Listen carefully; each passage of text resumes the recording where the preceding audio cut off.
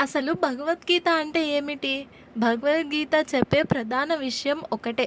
మనము పని నిజాయితీగా చేయాలి. ఫలితాన్ని మాత్రం ఆశించకుండా దేవుడికే వదిలిపెట్టాలి. మన ఆత్మ శాశ్వతమైనది. ధర్మాన్ని అనుసరిస్తే జీవితంలో ఎలాంటి కష్టాలనైనా దాటవచ్చు. ఇది కూడా నాకు తెలీదు. చదివి అర్థం చేసుకొని చెప్తున్నాను.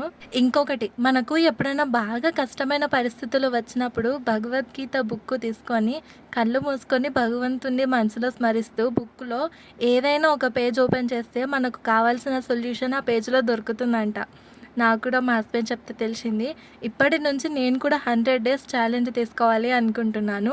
డైలీ కంపల్సరీగా కనీసం ఒక్క పేజ్ అన్నా భగవద్గీత కంప్లీట్‌గా చదవాలి అనుకుంటున్నాను. నిజంగా భగవద్గీత చదివిన వాళ్ళలో ఎంతో పాజిటివ్ ఎనర్జీ ఉంటుందంట. మా హస్బెండ్ కూడా ఇప్పటికి 150 పేజెస్ ఏమో చదివిండు. ఈ బుక్ నేను అమెజాన్‌లో తీసుకున్నాను. నాకు కాస్ట్ 246 పడింది. ఈ బుక్ చదవడం స్టార్ట్ చేసిన కనీసం 10 డేస్ లోపలనే మన లోపల మనకే మార్పు తెలుస్తుంది. మరిన్ని వీడియోస్ కోసం సబ్స్క్రైబ్.